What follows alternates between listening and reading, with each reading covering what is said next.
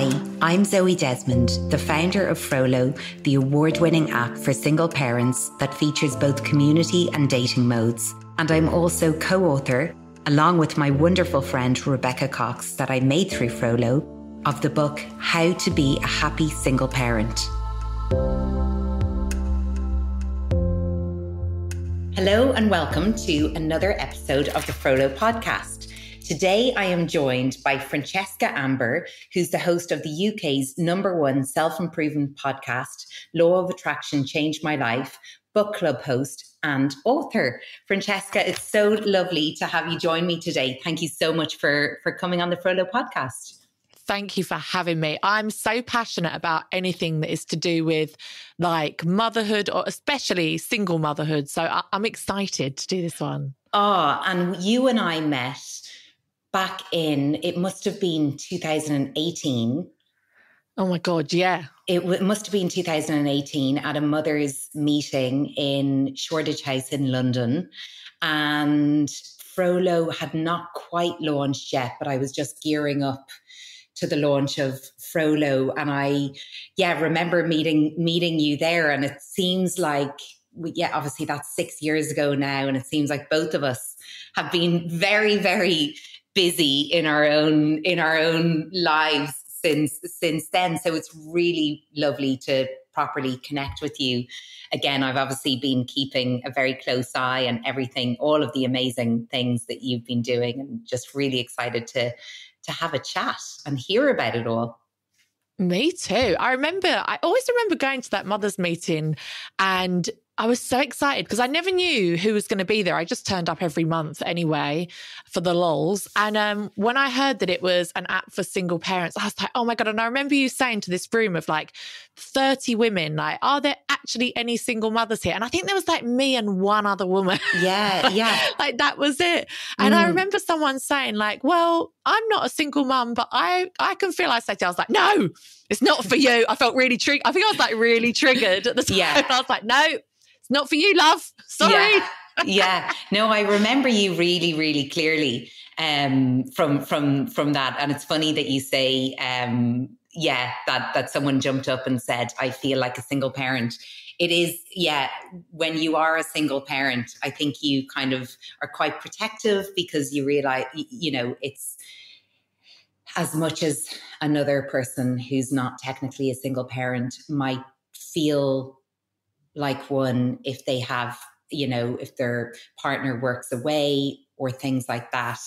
I think as a single parent, there's just so much in this world of single parenting that you only really understand if you are a single parent, which is why it feels important to protect to keep it specifically for single parents, the Frolo community. But anyway, enough about that. I want to get more into you and what you've been doing. So maybe because, the Frolo podcast is, most of our listenership are single parents, obviously. Maybe you could tell us about your single parent story and, how, what your single parent story is. Well, I first became a single parent around the time I met you, actually. So my husband and I had been together maybe 5 years or something, 5 or 6 years. And we got divorced when my daughter was about 1. And when she was 2, I moved back to London on my own, away from all of my family, all of my support network, into my little 1-bedroom flat above a pub, shared a bed, shared a wardrobe. And actually, I look back, life was quite simple then, but it was quite wonderful, actually. And I had a year in London of like that was where my single parent journey started. And my intention was to be there for a year, work really, really hard, and then buy a house near my family and move back there, like move back to where all of my support network was. And that took about a year. And something I think is really interesting is we should never compare our single parent journeys, because I'm now on my second single parent journey. And fucking hell, it's different. So back then I had 1 daughter. I had a couple of days free per week. I met a guy on Tinder. Dating was easy. Life was breezy. When you've got 1 child, I feel like it was easy for me personally. Now I have twins. I've got 3 daughters. I had them in lockdown. And I actually broke up with their dad before I even gave birth. I think that COVID was such a great thing in many ways. It really made people decide. I remember when that lockdown thing came and it was like, right, you either live together or you don't see each other. And I was like, I know which one I'm going for. It was quite an easy decision for me. But now I live in Lincolnshire, which I'm not from here. I moved here because all of my family live here. And I've got 3 young children. And my God, having 3 is so different from 1. The twins have sucked the life and soul out of me. They're amazing. They're lovely. But my God, it's such a different journey now. And so they're nearly 4. I've been single for half of my 30s, 5 years, which I think is a crime personally. And it's very hard. I think that's quite disheartening to say that it's still hard all these years later, you know? Yeah. And in terms of the kids, do you co-parent with either of the dads, or what is the setup around that? Do you have any support, or are you doing it all by yourself? So financially, pretty much all by myself. Like it's always been that way. But they do help. That's amazing. Like the girls all have amazing relationships with their dads. It's quite annoying because they don't always align. So I get very little truly child-free time. I get maybe 1 weekend a month if I'm lucky. Right. It's not always guaranteed. That's probably, my friend has just become a single mum and she's got 2 children from 2 different fathers. And the thing I said to her is, the one thing you need to get pinned down is like, get your days sorted and get them aligned as much as you can. I feel like when we feel overwhelmed with life or everything seems to be going to shit, you don't know where to start. But I'd say like that's always such a good thing. Is like if you can get your days pinned down, so you know when you can work, you know when you can see friends, you know when you can date, whatever it might be. And that's one thing I think would massively improve my quality of life, is to align the goals a little bit more so that they get more time together. Yeah. And I can have more time like on your actual downtime. Yeah, it must be. I can only imagine the juggle. Because I have the one, but you know, everything feels like a juggle. So to times that sort of, by 2 or by 3, based on the number of kids, it must be a lot. It is. That is very frustrating. So how did you get into this work that you're doing with manifesting and the law of attraction? When did this all come about for you? So I'd actually been doing it for it's been about 15 years now. So I always had a YouTube channel. I did that for about 10 years, sharing my stories with the law of attraction, because I discovered it in my 20s and I had these incredible, very, very specific results. I think that's how I got well known on YouTube, was like I had very, very specific results and it was astounding. But I never really like fully committed myself to it. My job was, I had a salon in London, I was doing beauty, and I had a child now. So I didn't have that much time to dedicate to it. And then when the pandemic happened, that was when I had just moved from London to here. And so I found myself in this completely new place, didn't really know that many people. Then I found out I was pregnant. Then I found out I was pregnant with twins. Then I broke up with my partner. And I was in this lockdown with a toddler on my own with no income, nothing. And it was probably the worst place I've ever been in my life. It was terrifying. It was depressing. It was awful. It felt like everything that I knew and loved had been taken away, apart from my daughter, obviously. I had to get myself out of that. I didn't have the money for therapy. There were no therapists. No one gave a shit about your mental health. It was lockdown. Like they didn't care if your leg was falling off. You were just left on your own. And for me, mental health in pregnancy has always been a bit of an issue. It was with my first daughter. I had really bad prenatal depression and anxiety. And so there was no help available. There was no support network. I was completely isolated. as the government told us to be. And so I knew I had to help myself. And so I started relying on all of these practices that I knew worked, on how to create the life that you want, how to improve your life, how to improve your mindset. And I just started applying it religiously because I had nothing else to do. Nothing else to do. And then I started sharing it on my podcast. My sister said, why don't you start doing it as a podcast? I learned how to podcast through a couple of little videos online. And a £60 microphone later from Amazon, here we are. And it gave me a real purpose. It gave me something to do. And I'm so grateful for that. And did you start to see changes then after you really kind of committed to it and adopted it into your everyday life, as well as doing your podcast? Were there visible changes that came about from it?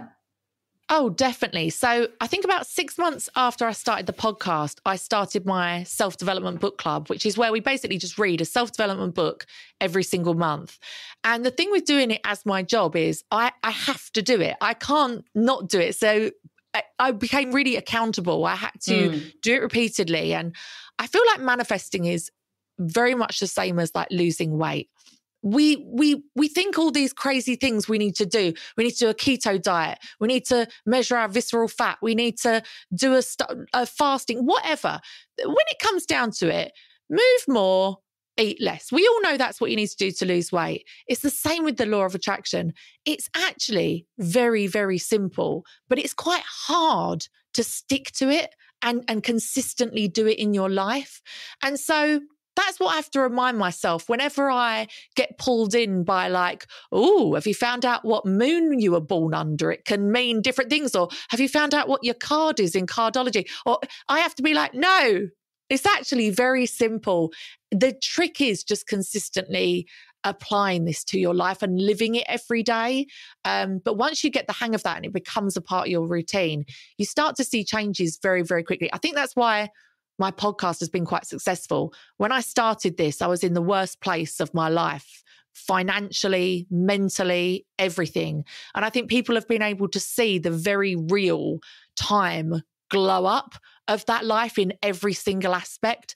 And I love it. I sometimes have listeners that say, oh my God, I just discovered your podcast, but I'm listening to 2020 and it's insane. I've come on your Instagram and everything you're talking about is now a reality. So I think that's lovely for people to see it is possible. That's amazing. Okay, so 2 questions. I need to know what the daily routines are. What are the things that you do every day that get you into that manifesting mindset? And also I'd love to know what are the things for anyone listening who hasn't been following your journey, what are the things that you've manifested in your own life?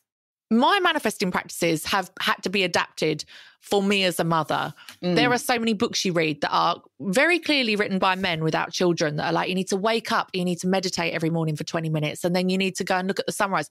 We ain't got time for that shit. So I have to modify everything to make it suitable for me as a mum. So in the morning, every morning I wake up, I go downstairs and I don't have time to write a gratitude list. My children would rip that pen out my hands. We ain't got time for that. So I have a couple of songs that I play on my Alexa whilst we're having breakfast. And they're songs that have the word thank you in them a lot. They're songs about gratitude. They're songs about how incredible life is. One of my favorite ones, this is not really traditionally a manifesting song, but I think it's Phil Collins, Another Day in Paradise, when he's you're not on the streets. You're literally, your life today, no matter how bad you think it is, you are living another day in paradise right now. And so, no, I don't have time to sit and write, I'm so grateful for this, I'm so thankful for that. But I do have time to sing out loud. And isn't that better, singing rather than just saying or writing? Yeah. While I'm making the children's breakfast, we're living another day in paradise. So that's something that's pretty non-negotiable. Every morning we do gratitude songs whilst we have breakfast. At night when we go to bed, we all co-sleep in one big bed. It's horrendous. And we'll go around and we'll say what was the best thing that happened to you today? My younger daughters don't really understand it. They just say unicorn. They don't know what's going on. But me and my older daughter will really think about what is the best thing that's happened, and it just puts you in that positive frame. It's like little touchstones of positivity throughout the day. How can you return back to gratitude, and how can you see the positives in the day? Yeah, I love that. It makes me think about different mindsets that I get into myself. And so my son and I sometimes do, the rose and thorn at the end of the day. So thinking about, what the tough part of the day was, what the part that we're grateful for is. And one thing, I think I saw it on somebody, on social media recently was saying, to get into the mindset of saying today is one of the good days. And I'm really trying to remember to say that, just as you were saying about, the Phil Collins song, Another Day in Paradise, just really reminding myself how unbelievably fortunate I am with this life that I have, and with the, today's current life, because we don't know what's around the corner. But then, there's other times when I think of my mindset and it's like, this negative, overwhelmed, everything's so hard. How am I, and kind of just looking at things from a different lens altogether. And so, I've kind of skipped over the question of what have you manifested in your own life, which I'd love to hear, but any tips for how to reroute when we find ourselves in that glass half full space, and how damaging is it to be in that glass half full space for manifesting? I think it doesn't take very long for you to see the results of negative thinking. And none of us are immune from it. This is literally my job. And this summer, I've had a Lana Del Rey summertime sadness. I have had not a great summer. I've got into a negative frame of mind due to, all it takes is a couple of things happening in your life. Might be two things that happen once, and you're like, oh God. Yeah. And you find yourself falling back into these old ways. And as a result, you can quite quickly see the knock-on effect of that, which is good. It's good in a way, because you think, wow, okay, you can see how your mindset is affecting your outer reality. So if it can work negatively, it can also work positively.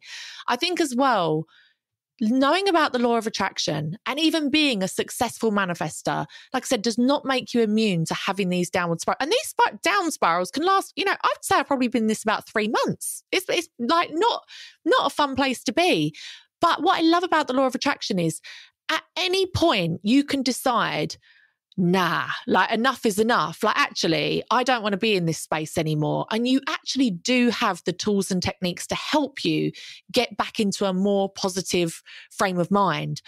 I think something that is unique to single parents is that if we don't make it happen, it's not going to happen. And what I mean by that is people that have partners, family holidays happen, family outings happen, things happen. They have it, there's other people, there's another adult there. When you are a single parent, I think you have to be very, very proactive to make things happen.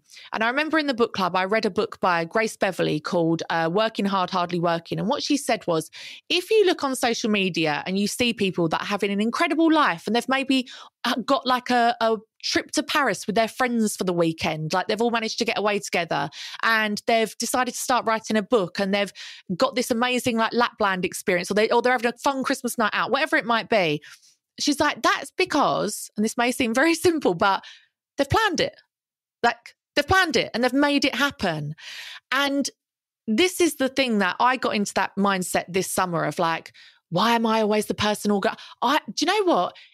I'm going to stop doing it and see what other people do. Now, let me tell you, that is a very negative mindset to get into, because I'm telling you, 9 times out of 10, no one will fucking do it. Yeah. And as a result, we were saying just before we started recording this podcast, you said, how was your summer? And I was like, I've not really done very much. I really got into that mindset of, do you know what? Fuck, I'm not doing it. I'm not planning stuff.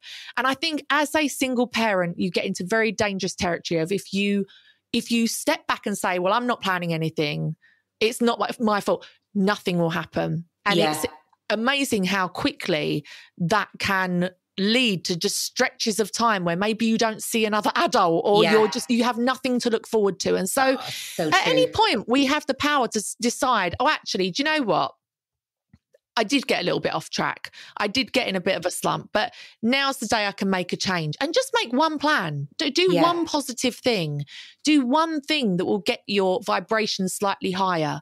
And yeah, that's is that helpful? Yes, I completely agree. And actually it is, I think, exactly as you said, as a single parent, I mean, not like we don't have enough plates spinning as it is, but I do think it's really important to take the reins and not, fall into the, okay, when am I going to get invited to something, or when is this going to happen? And it's what I always encourage people on the Frolo app and you members of the community. And I say, honestly, just sign up to a meetup or create your own meetup. You won't regret it, because, it's the difference between kind of hanging around as a voyeur and seeing all life kind of happen, but being a bit shy and a bit like, well, someone has to do this for me, and actually taking the reins yourself and then never looking back, and your life,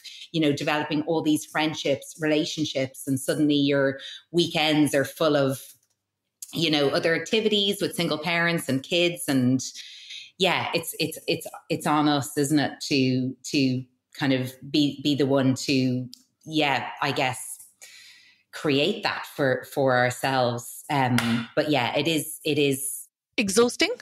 It's exhausting. It is absolutely. It's exhausting, and it's unfair. It is unfair. But the reality is your friends have probably got their partners. And if you don't contact them, they're fine. They're going to spend a weekend with their family. They're going to spend a weekend with their partner. It's no issue. Yeah. But it is unfair and it is exhausting, but we have to keep that that train going. We have to keep it going, because when you stop, you do notice like no one's coming to save you. Like no one's coming to make your plans for you, bitch. Like no one's coming. It's just us. We got to do it by ourselves. Yeah. And that also applies to anything that you want to do. If you look now at people, you might look on social media and say, oh, this woman's writing a book. Oh, God, I want to do that. Or this person's started a podcast. There are no gatekeepers anymore. You don't need an agent anymore. You don't need a manager. You don't need to be, hired as a TV producer. People are starting their own things. You can go and live that dream any day. No one's stopping you. So, just create it for yourself. So what are the top 3 things that you have manifested in your own life?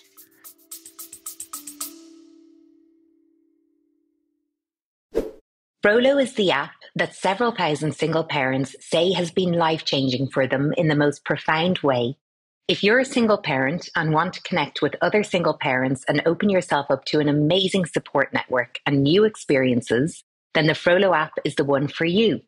The Frolo app has 2 modes: community mode for meetups and holidays, guidance and support, chats, and discovery to make it easy to find like-minded local single parents near you. Dating mode is a mindful, safe, and respectful dating offering where everybody is there to date another single parent. The Frolo app is free to download and use, with the option to upgrade to premium for access to lots of additional premium features for an elevated experience, which makes it easier than ever to access the incredible connections and experiences you are looking for. To download Frolo, search for Frolo, Frolo, on the app or Google Play Store, or go to www.frolo.com for more info. We can't wait to see you on the app soon.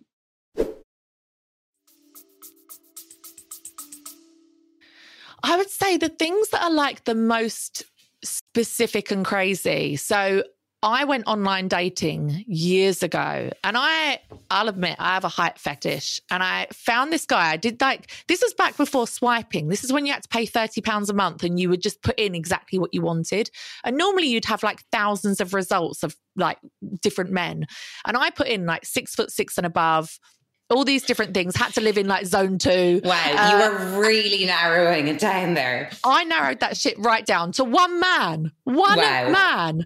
And I saw his picture, and as soon as I saw it, I was like, that is my husband. And he was 6'9". He was standing in front of a boat, and I was like, God damn, that's my husband. So I messaged him straight away, and he never, ever replied. I even phoned Match.com after my 30 days, and I was like, please. And they were like, no, Data Protection Act, you're crazy. Like, we can't give his name. And he never replied to me. So I printed out his picture. I put it on a vision board inside my wardrobe so people couldn't see it and think I was crazy. And I was like, I know I'm not going to meet him, but I want to meet a man like this, like, you know, very freakishly tall, got a boat, whatevs.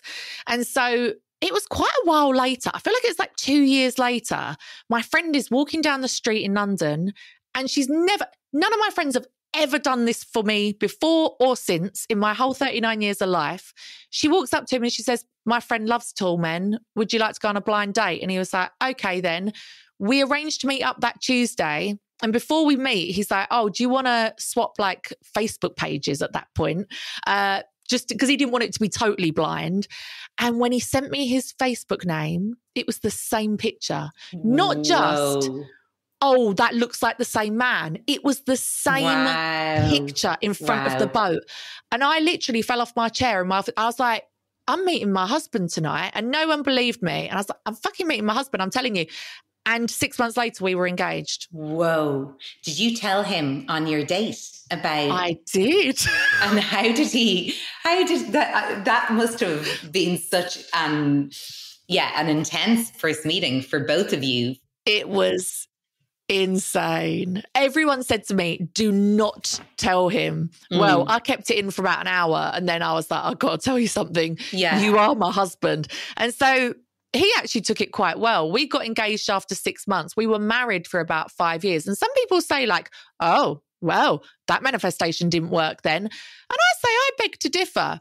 And not the usual, oh, I wouldn't have had my daughter without him. I truly believe you could have a child with Jack the Ripper and you would still love your child. So I don't think it's that. I truly think I consider him as like my lesson in life, or like my third parent. My parents were very like, get a mortgage, stay at this 9 to 5 you hate for the rest of your life. It's stable, don't rock the boat. He came into my life and gave me the confidence and also the strategy to leave my job and start my own business. He encouraged me to travel the world with my friends. He actually brought a lot of positives to my life. And I genuinely think if I hadn't met him, my life would have turned out completely differently.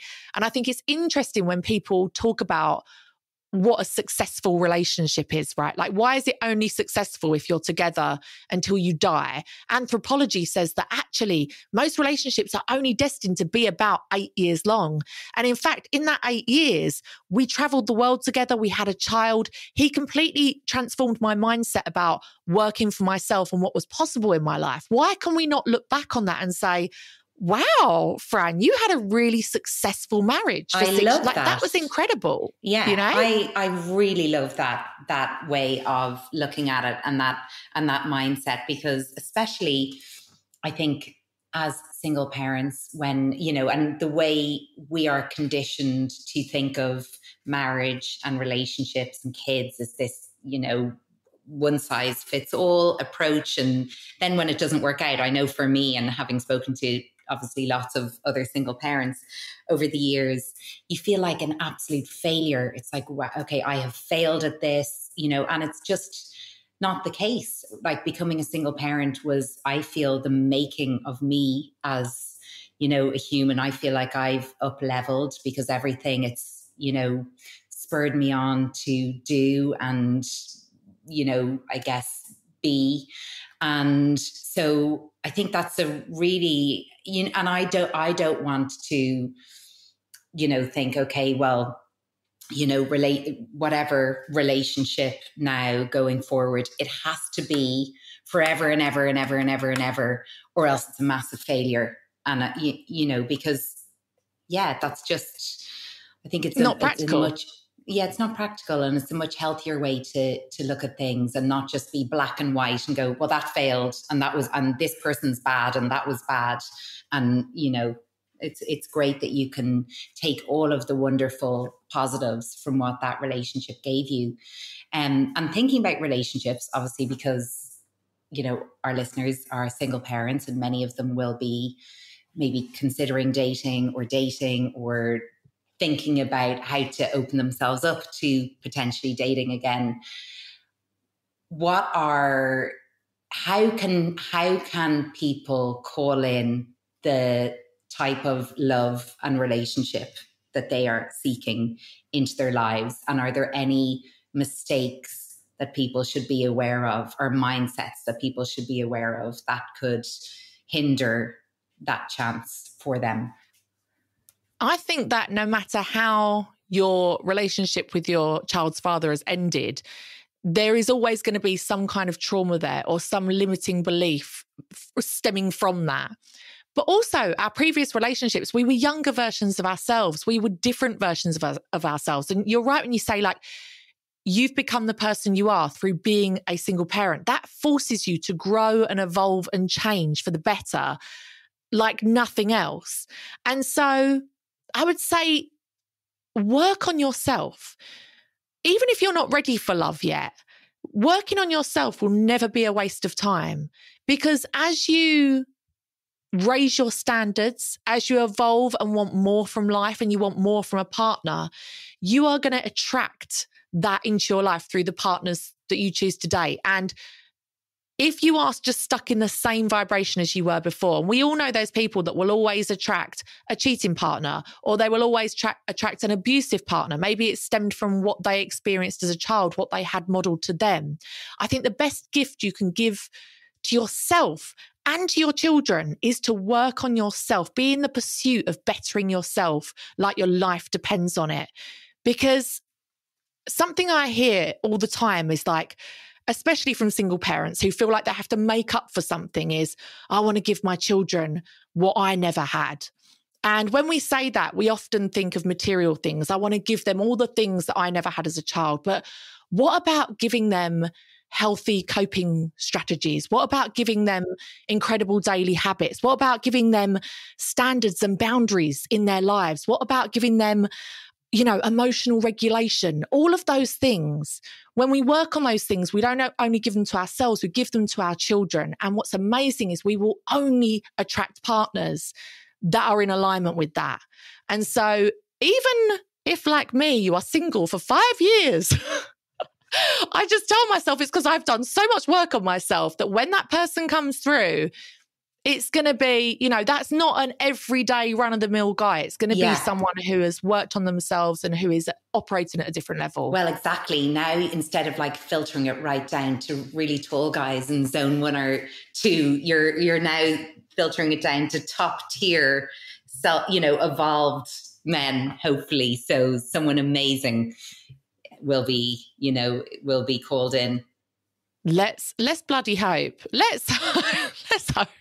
I want to know how you date when you've got 2 toddlers that don't even let you sit and eat your dinner in peace. That's that is a very real reality, you know, like when you've got toddlers, especially if you've had multiples, they're a different breed. I don't know if that is conducive, and maybe that's my own limiting belief. It's great to be aware of your own limiting beliefs. We're not superhuman. We can't smash through every brick wall in our lives. Over the last couple of years, I've managed to smash through so many limiting beliefs to increase my finances, lots of different areas of my life. But we're not superhuman, you know, like we can't always do it perfectly. And I am very aware of my limitations. Well, I'm really glad that you're saying that, because I think a lot of people are put off by, you know, things like this, you know, think of it as woo-woo or the law of attraction or whatever, you know, that's, you know, maybe are skeptical about it because they're like, that's not real life and things like that. But yeah, I think being realistic and thinking we are human, you know, so it's like what I was saying earlier. There are some days when I'm operating from a certain kind of mindset where I'm like, I'm so grateful for this, I'm so grateful for that. And, you know, and then the next day I might be like, oh, for fuck's sake, like this is just, you know, I'm done with this. I'm done with this day. I'm done with it all. But just being mindful of that and trying to get back on the wagon. But I was thinking about, how important is it in terms of the people that we surround ourselves with? So, thinking about, like, there's one of my friends in particular, and she is honestly like a ray of sunshine. So she just looks at the world through the most positive lens. So everything, but it doesn't feel fake or, forced or annoying. It's actually so uplifting. So when I'm around her, I instantly feel like my energy is uplifted. Or even if I might say something to her and I'm like, oh yeah, I might mention something. She goes, "Isn't that brilliant?" And I'll almost be looking at it as in a bit meh kind of perspective. And she's like, "Oh, isn't that brilliant? Because then you get to do this, or then you get to, And I find it really inspiring. And I always think her name is Sarah. I always think to myself, I've got to be a bit more Sarah. I've got to, channel that. But wondering then, of course, we all have people in our lives who do look at things, who tend to be more fear-based, tend to look at things from a, glass half full mentality by default. And I'm wondering, how important is that to be aware of who you're surrounding yourself with? Yeah, you can have real energy drains, energy suckers. I know that is just their own limiting beliefs and they can't see it and they can't really help it. But also some people don't want to change. I've been talking about law of attraction for 15 years now. In the last 5 years, it's had such a massive impact on my life. I think there's no denying it. And yet there are still members of my family and friends that just have no interest and will never be curious about how they can do it or want to change. And I think what's important is if you can't surround yourself with those people in real life, you can find them online. So there are so many people that listen to my podcast that say, like, I feel like you're my best friend. And it's so weird, but I feel like my listeners are my best friend as well, because we are sharing. Yes, it's online, but we are sharing that together. I remember I used to go to like the smoking area of clubs and I'd find some like random person there and I'd be like, hello, you know what you want to try? Manifesting. Like that's where I used to literally like get it out. Whereas now it's beautiful to be able to share it with so many people that want to receive it, that want to hear it. So if you aren't surrounded by uplifting, aspirational, incredible people, you can find them online. Paul Brunson is an incredible one for finding love and stuff. You know, he shares content, free content every single day. There are so many podcasts out there of people that are having these bigger conversations, that are talking about women investing, or like you, how to thrive being a single parent. You are a friend to a lot of people that you've never met. You're able to have that impact and have that connection without having it in your real life. And I think that's just the sad truth. Sometimes we don't have it in our immediate friends or family. And your friend sounds amazing. I'm always jealous of people like that because I grew up in a very negative household. My mum and dad were both very negative, and my natural default setting is negative. I think that's why I explain the law of attraction so well for people, because it does not come naturally to me. I literally want to be a negative person all the time. So I have to work at it. And so, what a dream for her. What a place to be. I know. She is amazing. She really is like a ray of sunshine. And of course she has lots of life challenges like the rest of us, but she kind of just gets back on the horse. But you can look at anything through that lens of love or through that lens of like, let it be easy. I remember when I was going through some really difficult co-parenting times, I would turn it and I would be like, actually, rather than thinking this is a bad thing against me, why don't I look at it as, this is incredible that this person wants to spend time with their children. This is incredible that this person wants structure. This is incredible that you can find gratitude in any situation. In fact, when I was going through court, all of my paperwork for that, on the top page of it, I just had a gratitude list for everything about that person and everything about the situation. And it does change your mindset about the whole thing. Amazing. One thing I do every year, I definitely need to be better at adopting some of these things into my everyday life. But one thing I do on New Year's Eve every year is I write myself a letter. And in that letter, I write what I'm grateful for what's happened the year just gone by and the intentions that I'm setting for the year ahead.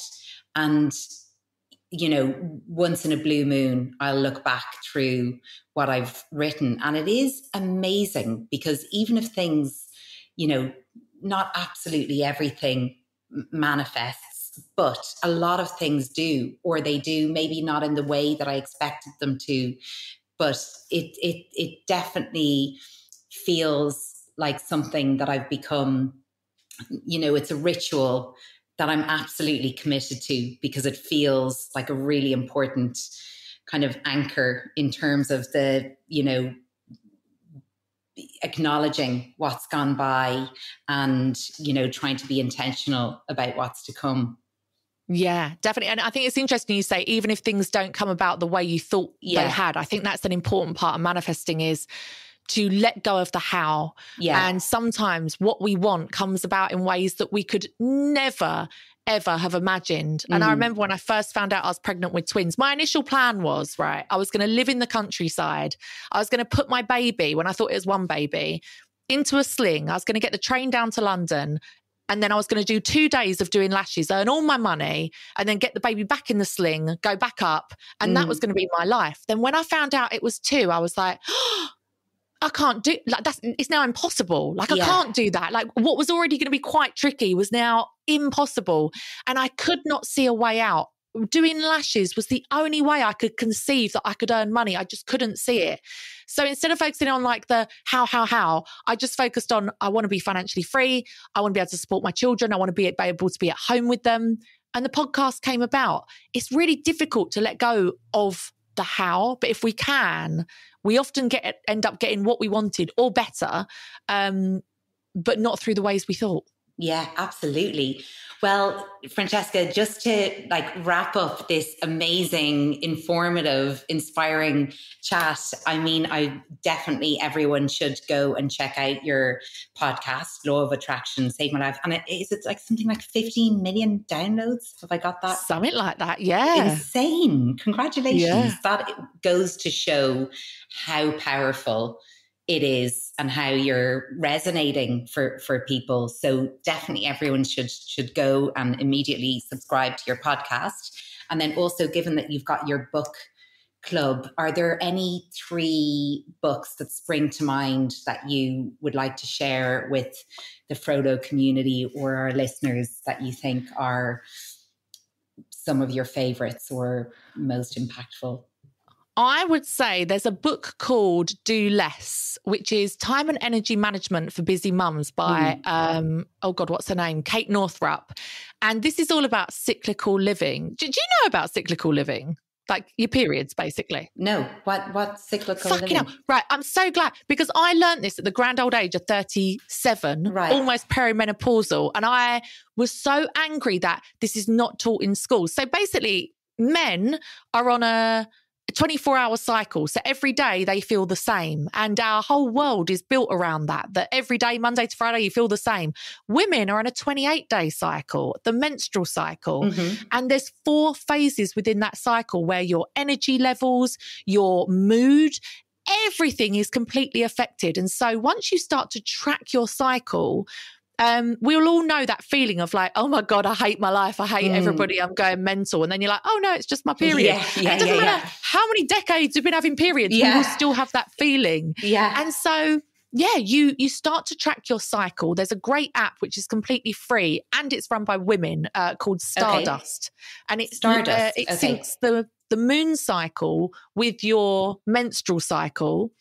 And it's incredible. Wow. This is one of those practices where you don't need to do very much. It's just knowledge is power. Knowing that now my ovulation time, which is cruelly only about 4 days, you're going to have the time of your life. That's when you feel super outgoing. You're going to want to go out. You're having fun. You are the vibe of the party. So if you can start to plan your life a little bit around that, I know now that I get incredibly irritable incredibly snappy, incredibly depressed before my period. So I'll make some allowances for myself. I'll make sure that I do a bit of my work ahead of time in case I've got a migraine or I don't feel up to it.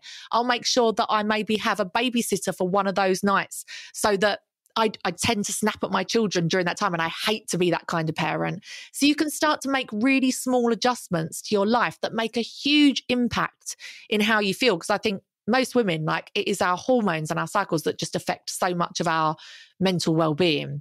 So definitely that. I'd say that book, Working Hard, Hardly Working by Grace Beverley, you know, that book for like strategy is so important. It was through that book that I realized if I wanted stuff to happen in my life and if I didn't want to be sad single Fran just sat at home, I had to make it happen. And so I started planning things really far in advance. I'd plan all our Christmas nights out like in September, and I'd be like, right, is everyone free? Because like I said before, your friends in partnerships, it doesn't matter as much to them. If they don't have that Christmas night out, they're still going to be surrounded, you know, with their partner and doing whatever. You're not. So you have to make sure that that stuff happens. You have to make sure it happens. That book also teaches you on a Sunday night to plan out your week in advance.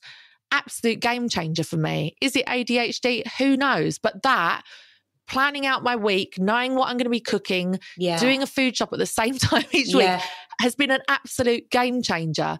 Those are the two big books that really, off the top of my head, have made like a massive impact for me. Amazing. Well, there are so many pearls of wisdom that you've shared in our conversation. So I'm sure that people will be out with their notebook or their notes on their phone, writing some of this down. So yeah, thank you so much, Fran. Really, really appreciate your sharing your journey, and you know, also coming from a place of authenticity, and that, you know, what you struggle with yourself as well, and you know, humanizing the experience as well. So yeah, it's been so lovely to chat with you. And where other than Law of Attraction Saved My Life on your podcast, where can people find you and connect with you?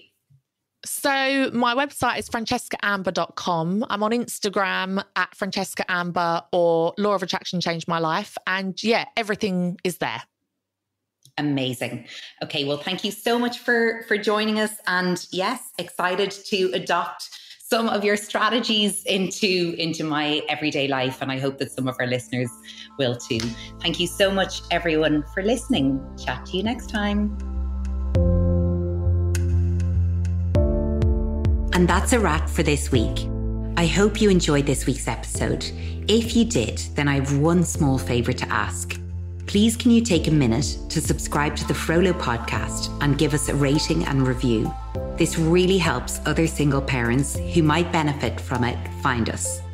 The Frolo app, which is fully user verified for user safety, is available on the Google Play Store and the App Store, and you can find out more info and download links at www.frolo.com, or follow us on Instagram at FroloApp. And you can purchase your copy of our book, How to Be a Happy Single Parent, at all the major book retailers. Until next time, have a great week.